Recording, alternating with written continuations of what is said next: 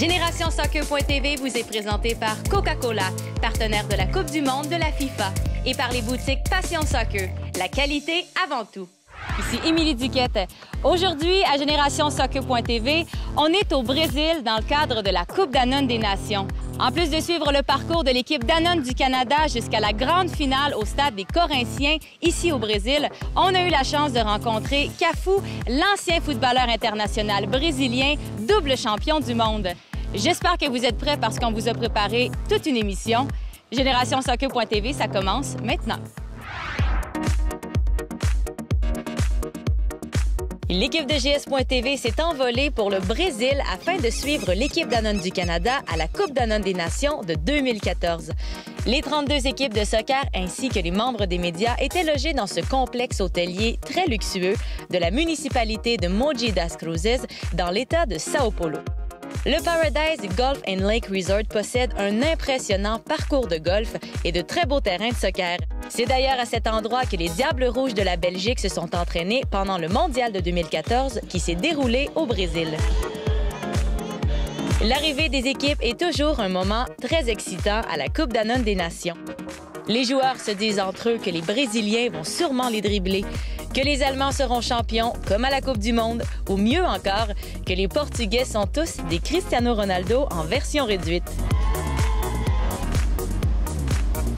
Le Brésil, c'est ce pays qui a mis au monde Pelé, Ronaldo le Brésilien et une multitude de légendes extraordinaires du soccer. Nous nous dirigeons donc vers le club local de Mogi afin de voir comment font les Brésiliens pour devenir d'aussi bons joueurs. Nous sommes au club União où deux équipes locales s'affrontent pendant que des joueurs de 7 ans s'entraînent juste à côté. Et c'est justement pour eux que nous sommes ici. Leur entraîneur Pedro Henrique a préparé une séance d'entraînement exprès pour nous. Mas você falou inglês. Ai, desculpa. Ai, sorry. Je did it in English. Ne prenez surtout pas pour acquis que les Brésiliens vous parleront en anglais. En fait, la majorité d'entre eux ne parlent que le portugais. Heureusement que nous avions une interprète avec nous. Hoje é imensurável a paixão que o brasileiro tem por futebol. Aqui, quando a criança nasce, o pai ele já anseia para colocar uma criança a praticar futebol, a aprender o futebol. Tanto o menino quanto a menina. É uma paixão nacional. 90% do país pratica e ama esse esporte. Hoje, a partir dos 8 anos de idade, 7 anos de idade, a criança já inicia, já pensando em galgar o profissional, né? Então, com seus 12, 13 anos, já são preparados para isso. E você gostaria de ser famoso, um jogador famoso de futebol? Sim, porque sempre gostei de futebol. O que é importante? Qual é o seu jogador favorito? Cristiano Ronaldo. Porque ele é bom e... porque ele é bom. À notre grande surprise, le joueur préféré des jeunes Brésiliens ne semble pas être Neymar, qui lui aussi est originaire de Mogi. C'est Cristiano Ronaldo, leur favori. Cristiano Ronaldo. Por quê? Não sei. Por que o futebol é importante para você? Não sei. Não sabe? Por que você gosta tanto de futebol? Eu gosto. Por ser uma paixão nacional, passa de pai para filho. O pai quer ser jogador, às vezes não consegue, tenta que o filho seja. A esperança é que um consiga se tornar um jogador profissional. Então vem de pai para filho, do avô para o pai, é hereditário. Un pays de 200 millions de fans de soccer, dont chaque famille veut mettre au monde un joueur professionnel, c'est sûrement une partie de la réponse que nous cherchions quand nous nous demandions pourquoi les Brésiliens sont aussi bons. Les jeunes se font pousser par les parents pour devenir des pros, et c'est ce que les jeunes veulent eux aussi. Nous retournons maintenant sur le site de la Coupe Danone des Nations où une étonnante surprise attend les athlètes. C'est le grand rassemblement des équipes juste avant la première nuit qui mènera à la Coupe du monde des enfants, la Coupe Danone des Nations. Et pour que l'esprit de cette compétition extraordinaire se lève enfin, nous avons droit à un authentique spectacle de capoeira. La capoeira, c'est cet art traditionnel afro-brésilien qui allie la danse et les arts martiaux. Maintenant que la Coupe Danone des Nations est officiellement lancée, nos jeunes Canadiens se préparent mentalement à jouer 3 matchs dès demain. Aujourd'hui, vous vous êtes entraîné. Demain, le premier match contre l'Ukraine. Comment t'as préparé les joueurs? Mais aujourd'hui, on a entraîné, plus on a joué un petit match amical contre les Pays-Bas. C'était un bon résultat. On a fini 1-0 pour nous, mais on a vu des choses dans ça, un style de jeu qu'on veut voir, vraiment défensivement, un mouvement très intéressant au niveau des attaques sur l'extérieur du terrain. Ça fait qu'on a vu qu'est-ce qu'on voulait ce soir, puis on va être prêt pour demain. Cette année, Dean travaille avec Sarah Maglio, une ex-joueuse professionnelle de talent qui a aussi joué aux côtés de Christine Sinclair dans l'équipe nationale canadienne de soccer. Sarah, before coaching, you had a great career as a player. I was a part of the 1999 World Cup team that played in the U.S. And I also played for about 5 seasons with the Vancouver Whitecaps. Les Jeux sont faits. Le Canada affrontera l'Ukraine, la France et les États-Unis demain dès 10 h. C'est une très grosse journée qui attend nos athlètes. Après la pause, l'équipe Danone du Canada débute sa première journée de compétition.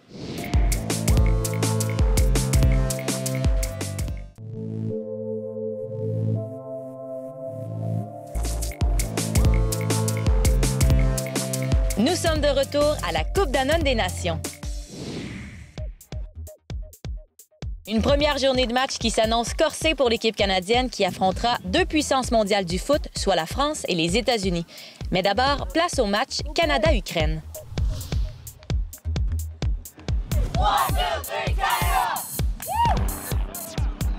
L'Ukraine se voit refuser un but au grand soulagement des Canadiens encore paralysés par le stress. Le Canada, qui ne parvient pas à imposer son rythme, s'inscrit finalement au pointage.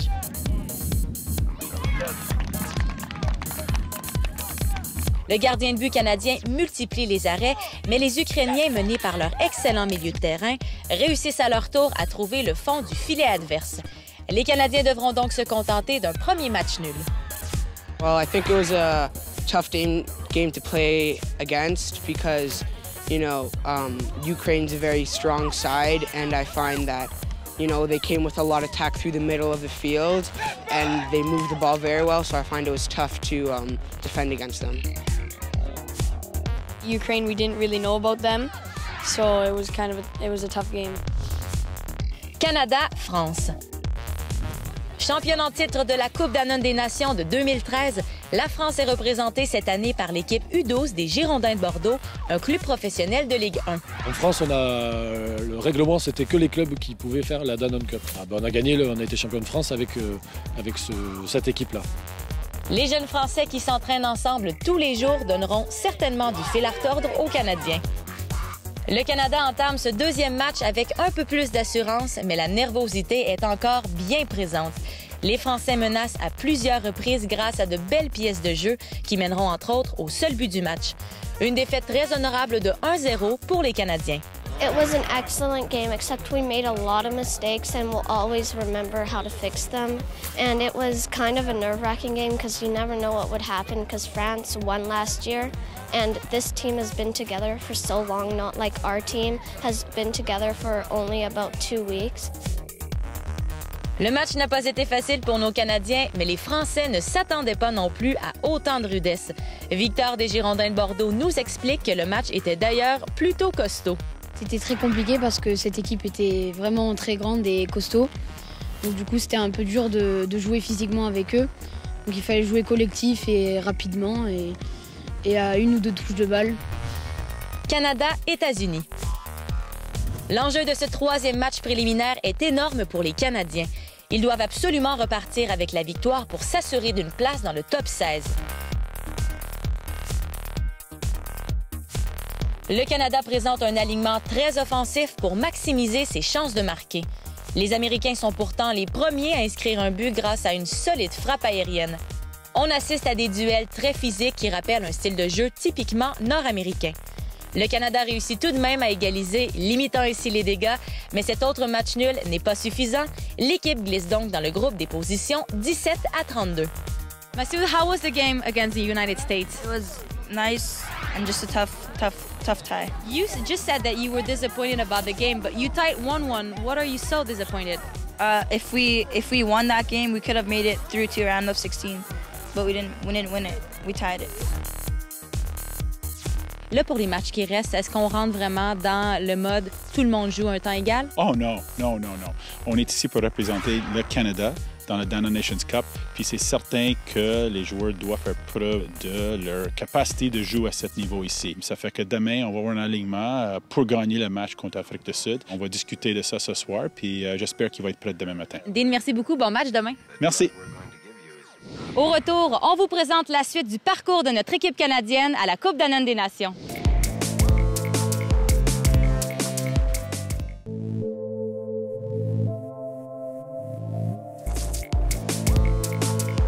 Nous sommes de retour à la Coupe Danone des Nations.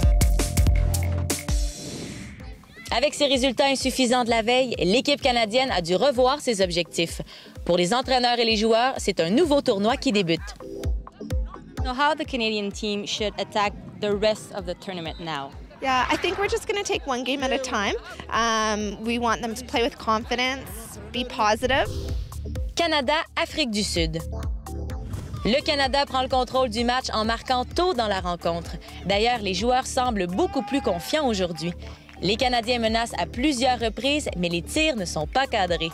Les Sud-Africains parviennent finalement à égaliser la marque, forçant les deux équipes à se rendre en tir de barrage. Avec 2 tirs placés et un arrêt de leur excellent gardien, les Canadiens remportent enfin leur première victoire. The game was really good. Our team, we played really well, and South Africa put up a really good fight, and we just won in a penalty shootout, and good. They played really well. We came out ready to play and fought hard.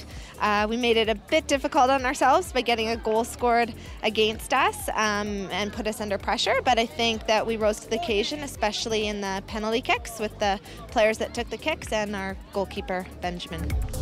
Canada, Portugal. Encore gonflés à bloc de leur première victoire, les Canadiens entament ce deuxième match de la journée avec beaucoup d'enthousiasme et ils sont bien déterminés à gagner. Les Portugais sont les premiers à menacer avec une puissante frappe au but qui touche la barre transversale. La réplique du Canada est immédiate avec un but rapide. Les joueurs portugais ne semblent pas habitués à jouer un soccer aussi physique. Ils ont du mal à contrer le style de jeu des Canadiens. Le Canada l'emporte finalement par la marque de 1-0. It was a really good game. It was tough in the beginning. They hit a crossbar and I thought it was in, but it hit the line and out. And we did good. I scored the goal later on in 20 minutes. And yeah, it was really well. Felt awesome for scoring a goal in Brazil against Portugal. What better can you get? Yuvi, how was the game against Portugal? It was really good. Our keeper, Ben, he made us outstanding saves and we defended good and didn't let him go through us, make runs, and I think we played very good. Good luck, Yuvi. Thank you. Canada, Irlande. Y a pas à dire, le Canada a le vent dans les voiles et les jeunes s'amusent. Les Canadiens dominent littéralement la demi-finale contre les Irlandais. Outre un bel arrêt qu'il effectue en début de match, le gardien de but canadien n'est que très peu sollicité dans cette rencontre. L'action se déroule majoritairement en zone adverse et les percées offensives de l'Irlande sont plutôt rares. En quelques minutes seulement, 2 joueurs canadiens réussissent à déjouer le gardien irlandais, donnant ainsi une 3e victoire consécutive au Canada. Well, yeah, Ireland's a great team. They have lots of skill and all, and I think we just wanted it more. So Arjun gave me a perfect ball. It bounced weirdly. I touched it and I shot it, and it was yeah, I was really happy after I scored and I knew. Do you feel that the intensity that Dean wanted to have yesterday happens today? Yeah, it was like, I think at the beginning of the tournament we were a little shaky because we didn't know how it was going to turn out, but now we're 100% sure that we want to go in tomorrow hard and win it. I thought we were quality in the back, fantastic finishing up front, and Ireland were a good side, so we had to give it our all, play really well. And I thought just quality all around and did really well. Allons voir ce que Dean a à dire de la performance de ses joueurs canadiens. On a vu le résultat aujourd'hui avec 3 victoires, mais avec une cohésion dans le jeu, offensivement, défensivement, c'était notre meilleure journée. Très solide en arrière, mais la clé de tout ça, c'était notre structure. Les joueurs ont respecté le plan de match, puis on est très contents. Et ça revient sur le deuxième match contre le Portugal. Encore, on a mieux joué contre le Portugal. Encore, on a des joueurs qui on est en train de connaître les joueurs un petit peu plus. Ça fait qu'on a changé certaines positions. Mais encore, ce qui était bon là, c'est qu'en point, on était capable de jouer en point. Puis après, rejouer dans le milieu de terrain, attaque par les côtés. Puis c'était très bon. Puis on ne peut pas rien dire contre UV et Connor qui jouent solide en arrière. L'équipe commence à trouver leur identité. Alors, à suivre demain, grand moment pour les jeunes dans le stade ici au Brésil. Merci, Dean. Mais merci à Generation Soccer pour partager ça avec nous. Les Canadiens affronteront la Turquie lors de la grande finale au stade des Corinthiens demain midi. Dans un moment, c'est la grande finale de la Coupe Danone des Nations au stade des Corinthiens.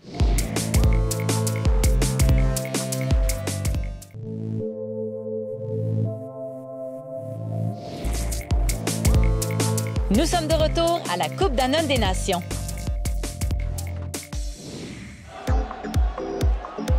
Nous voici enfin à l'Arena Corinthians, cet immense stade ultra-moderne construit pour la Coupe du monde de 2014. C'est d'ailleurs ici qu'a eu lieu la cérémonie d'ouverture du Mondial devant plus de 63 000 fidèles du foot. C'est aussi le nouveau domicile du SC Corinthians Paulista, le deuxième club de football brésilien le plus suivi au Brésil, avec 35 millions de supporters. Les matchs ne sont pas encore commencés et déjà l'ambiance est à la fête dans le stade. Tous les Brésiliens du coin, jeunes et moins jeunes, se sont donné rendez-vous pour venir encourager les joueurs.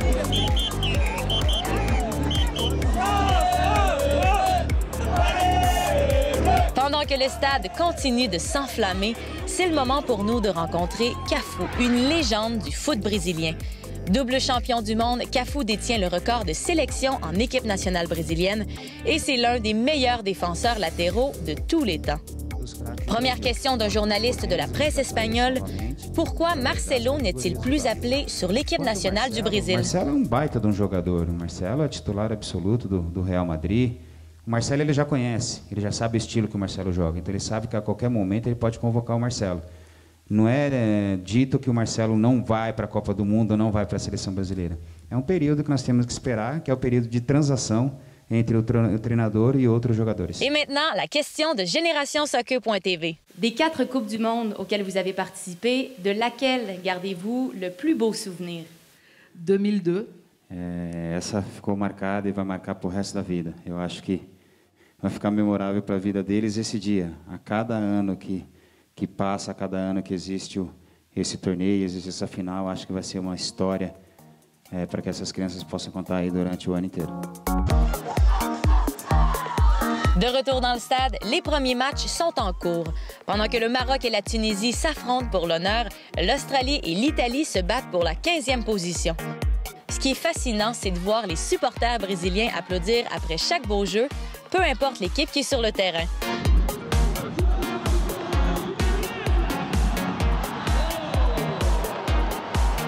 C'est maintenant au tour des Canadiens de s'échauffer.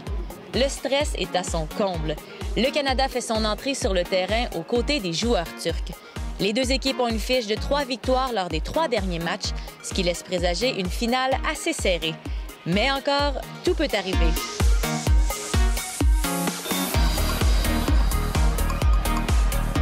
Les Turcs sont les premiers à menacer avec une frappe non cadrée sur un retour de coup de pied de coin. D'un côté comme de l'autre, les gardiens de but sont mis à l'épreuve alors que les deux équipes s'échangent les chances de marquer. L'arbitre siffle la fin du match et c'est toujours 0-0. Le Canada se retrouve donc en tir de barrage en finale pour une 3e année consécutive. Au grand désarroi des Canadiens, c'est finalement la Turquie qui l'emporte et qui s'empare du 17e rang mondial. À peine remis de leurs émotions, les joueurs se préparent à assister à la grande finale entre le Japon et le Paraguay. Avec l'atmosphère électrisante qui règne dans le stade, on risque d'avoir droit à une finale mondiale de la Coupe Danone des Nations aux allures de Coupe du Monde. Dès les premiers instants du match, le Japon se montre très dominant. La qualité technique des jeunes Japonais est vraiment impressionnante. Leur style de jeu très rapide et étourdissant, mais le Paraguay réussit quand même à bien se défendre.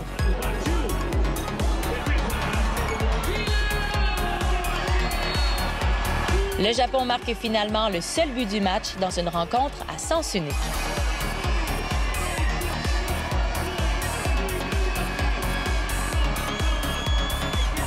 À l'issue d'un parcours presque parfait, les Japonais remportent la grande finale mondiale de la Coupe Danone des Nations de 2014, au grand plaisir des fans brésiliens rassemblés au stade des Corinthians. Les Canadiens ne repartent peut-être pas avec une médaille au cou, mais ils garderont sans doute de magnifiques souvenirs de ce voyage au Brésil. The atmosphere was amazing and it was so loud just in the stadium. I had to yell at my teammates to actually talk to them for them to hear me a little bit, and it was really cool. Le stade était magnifique. C'est un des plus beaux stades. La pelouse, le gazon, c'était le meilleur. I just looked around the stadium and was amazed how big it was. Like, I'm never going to forget that moment because no other Canadian team has played in there and we're the first one, so. Big butterflies in my stomach. I was really nervous. It was but it was amazing. I had like all the Brazilian fans were giving high fives, and then it was very welcoming. At the Donor Nations Cup, I do think that I grew a lot because it gained a lot of confidence in me, and yeah.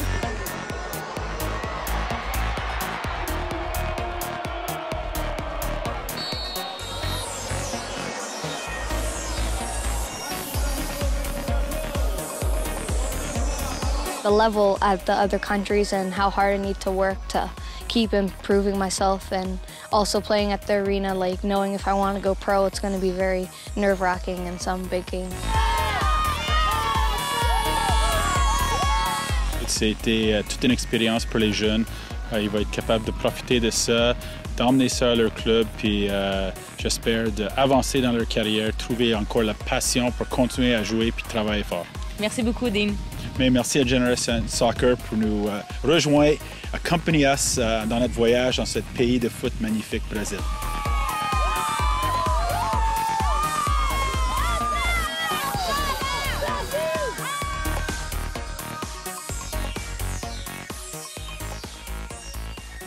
J'espère que notre émission spéciale sur la Coupe Danone des Nations ici au Brésil vous a plu.